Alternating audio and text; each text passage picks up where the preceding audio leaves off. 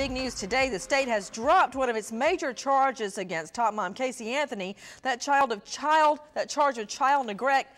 I've got it right here in my hands, the indictment.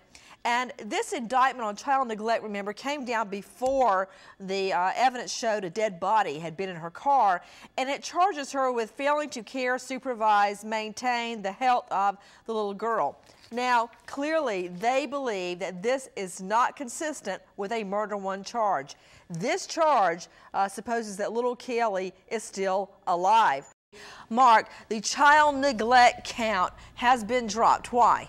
Well, the big reason was, first off, that charge was filed back in July when Casey was first arrested because they were operating, the state's attorney's office operating under the premise that the child was alive and well someplace, even though that she had been missing 31 days. Now, just a couple of weeks ago, if you recall, the grand jury here in Orange County handed up those 7 indictments, one of them being first-degree murder, which obviously trumps the child neglect charge.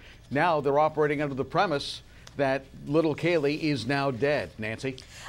Mark, when you read the child neglect indictment, does it lay out exactly what they charge? Did they charge, for instance, that she didn't report the child missing, or that she handed the child over to someone she was not familiar with? Do they lay out the facts of the neglect?